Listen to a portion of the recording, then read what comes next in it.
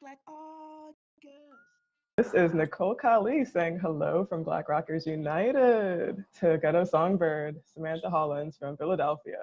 They perform an astral, alternative funk, soul rock with fellow soulsters Ronan Ali and Chris Nelson and Rocksploitation. How are you, Samantha? We're always happy to see you. Doing great. Thank you for having me. What's new in your life? What's new? Oh my goodness. I take every day as it comes with this whole issue going on with the world right now. But I'm definitely trying to stay creative. I met you on Facebook in spring 2018, right? Wow, yeah. Yeah, and it was through becoming more active in Black Rockers United, actually, that I found you. And you were just interviewed with Audio Inferno, and that's an African metal magazine the year before. Yes. And you talked about GhettoSongBird saga, how you began music, and I'm still blown away completely. Wow. Thank you. So it all began in Philly with rock in your DNA, huh? Yes, it did. My mama put it there. My mom was huge with following all the bands in the 60s and the 70s, going to all the shows. She saw Jimi Hendrix, Santana, Mandrill, and there was a famous theater up the street from where she lived that called the Uptown Theater in North Philly. So she used to go there and go to all the shows, and some of the musicians would come back to my grandmother's house and they would party and keep the vibe going on. So she would tell me these stories, and I'm like, wow, I want to be a part of that. What drew you to your mother's experiences, and how did you find music empowering? It was more freedom.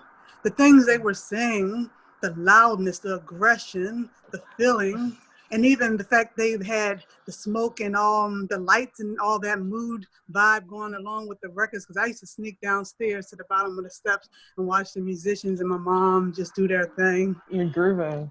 So it crept up in me. I love that. I love to hear, Samantha, that you kept that groove going since you were a child, you know? Yeah. That music is ancestral for us, right? It lives in our blood, you know? Oh, yes. It's that legacy from mom to daughter, you know? And it's the same when you listen to Parliament and Mandrill because of your mom. And you took that and then you became that songbird on your window. Oh, wow, yes. Yes. Did you know that that's a spiritual sign? You know, like when a songbird visits you, it's a twist of fate. It's a signal that better things are coming. I didn't know it at the time, but later on I realized that, and it really made me take my position in music even more serious. It was no longer about chasing fame and all that stuff that comes with fame. It was more about delivering the message from the universe and letting it come through me and out to the people.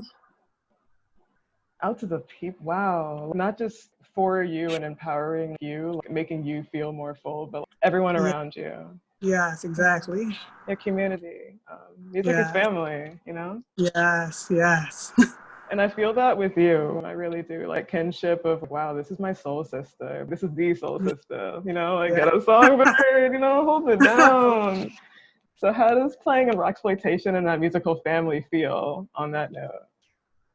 You know, I've been doing this for a long time, since 2001, and musicians has come and go. They've all been amazing, but something about that family connection, my best friend, my husband, that chemistry is always strong. Even if we're having a bad day, even if someone misses a note, we still gel spiritually on stage, and it makes that energy just flow to another level.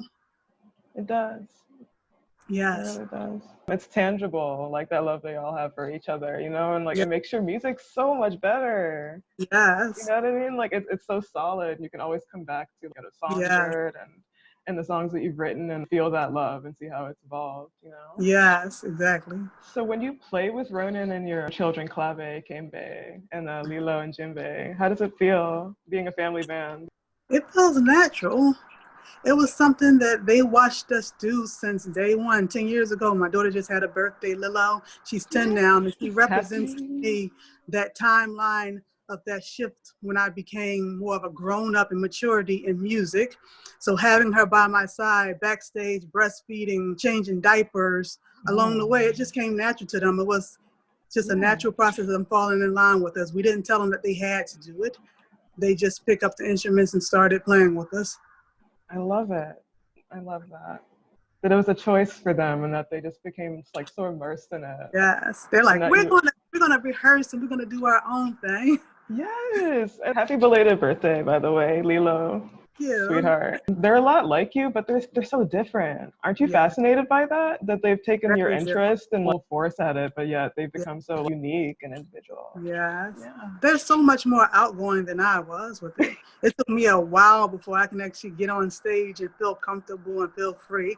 They're free right now because they're growing up with the musicians in the house with us. I feel that. Artists grow at incredibly different and complex rates, like we just said. And within like a year, your creative flow can really shift. Like your children can. And like adaptivity is what we do. It has to be an environment that supports our well-being. How do you make that environment that's like loving and creatively like conducive? It's very important because when I started out, I didn't have that. I'm going out into a scene blindly, just doing what I love.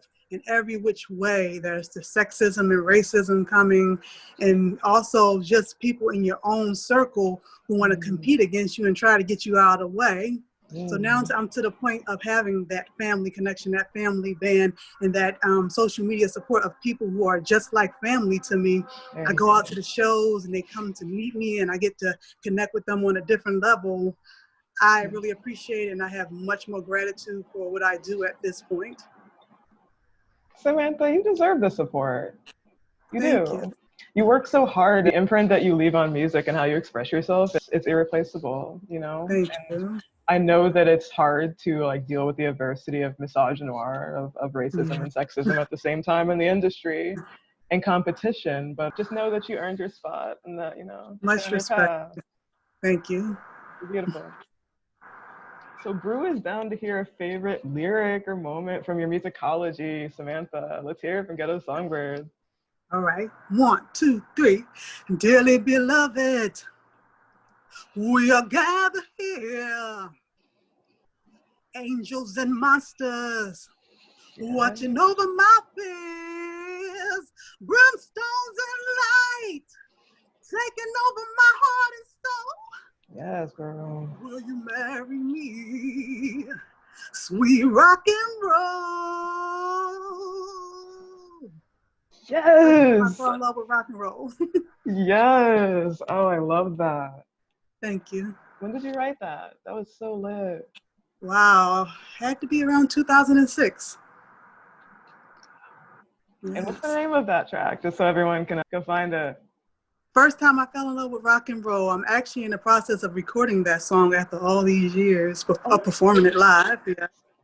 Beautiful. Best of luck. I can't wait to hear it, Samantha. Thank you. Don't forget to drop it on BlackRockersUnited for us, right? Yeah, always. So we're a musical community and we're connected to each other as people across distance and struggle. Yeah. And is 2020 the year that everyone is forced to be more supportive, Samantha? Look at how art informs us. Is our livelihood just getting along? Is that what it is? It is. It has to be at this point. All the competition and backbiting has to stop. We have to align ourselves and really dig deep within our gifts and whatever strengths we have, connect them like the stars in the universe, because they don't divide, they don't conquer, they don't do anything but shine, and there's room for all of us to shine. There is room for every single one of us to shine. Yeah. There's room for all of us to be in this network together and to have our moment. Yeah, absolutely. You know?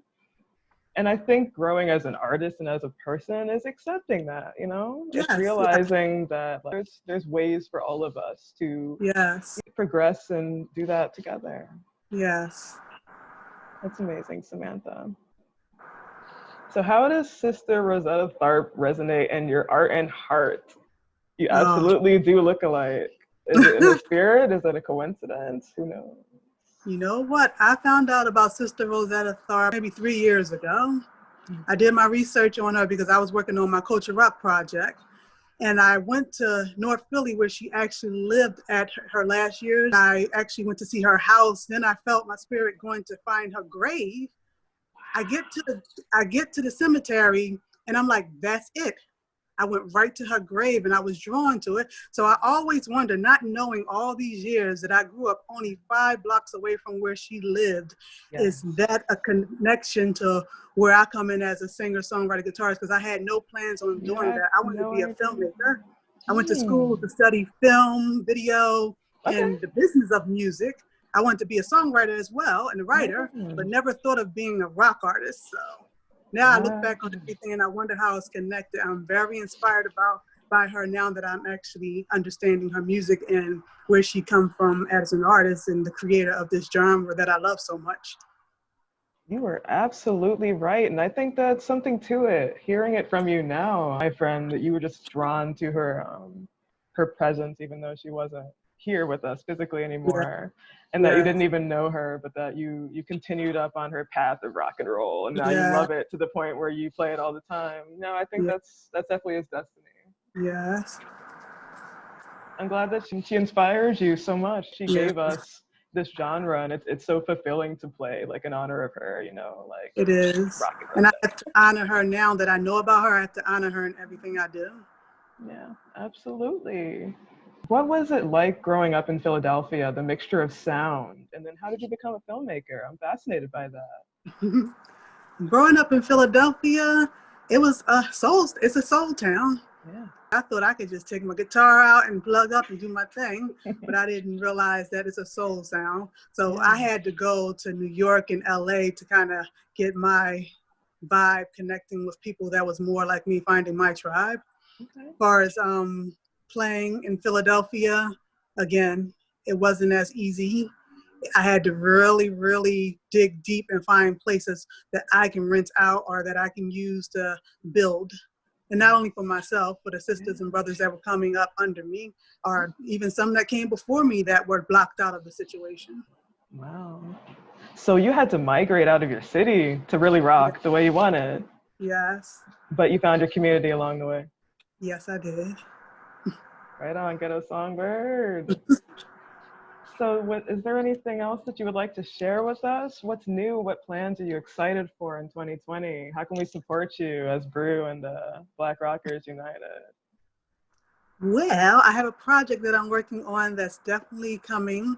It's called the Culture Rock Griot. It's a blog that I'm working on for about 2 years now. When I went to Botswana, I wanted to connect with the artists there and interview and get some footage and put it together a documentary. But with the whole pandemic shutting things down, I wasn't able to go back out there on the road to get the rest of the footage. So I'm like, what can I do with all of this? So I'm using it towards the blog right now, and it should be up and running very soon. Just follow me on my social media channels. Everything is under GhettoSongBird or Samantha Hollins GhettoSongBird, and keep updated because it's really going to be cool. It's really exciting. Awesome. The griot of the modern day era, from Botswana to Philadelphia. Yeah. And I'm so proud that Black Rockers United can uplift each other, especially now, because we need it more. Yeah. Oh, yes. Yes. Stay safe, GhettoSongBird, and thanks for coming. Thank you. We love you, and rock on with us forever, okay? Go on. Peace. Don't be a stranger. Yes, I surely won't.